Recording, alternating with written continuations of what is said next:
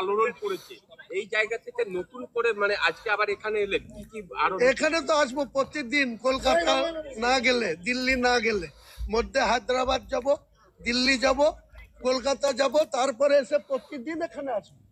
এখানে আমার কাজ শুরু হবে। এত মানুষের সমর্থন, এত মানুষ আমার কথা শুনে রাত দিন সারা রাত এখানে লোক এসছে, এখনের লোক এসছে। আবার আমি বহরমপুর যাব, আমার একটা জালসা আছে ভরতপুরে, জালসাটা সেরে আজকে আর আসতে পারবো না, কাল সকালে আবার এখানে আসবো।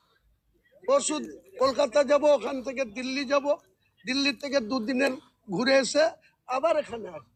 আমার কাজই এখন গোটা বাংলার মানুষের, মুসলমানদের স্বার্থ সুরক্ষিত রাখা, ওয়াকফ নিয়ে আন্দোলন করা। যে রাজ্য সরকার চালাকি করে মুসলমানদের সম্পত্তি 1 নম্বর খতিয়ানে তুলে দিচ্ছে, তাদের কবরস্থান, তাদের অন্যান্য 1 ইঞ্চি জমি রাজ্য সরকারকে কাটতে দেব না, কেন্দ্র সরকারকেও কাটতে দেব না। যতক্ষণ হুমায়ুন কবির বেঁচে থাকবে মুসলমান ভাইদের স্বার্থের জন্য জিন্দেগি দিয়ে দেবে। কিন্তু নতুন রাজনৈতিক সমীকরণ কি হবে? ও 22 তারিখের জন্য ওয়েট করতে হবে।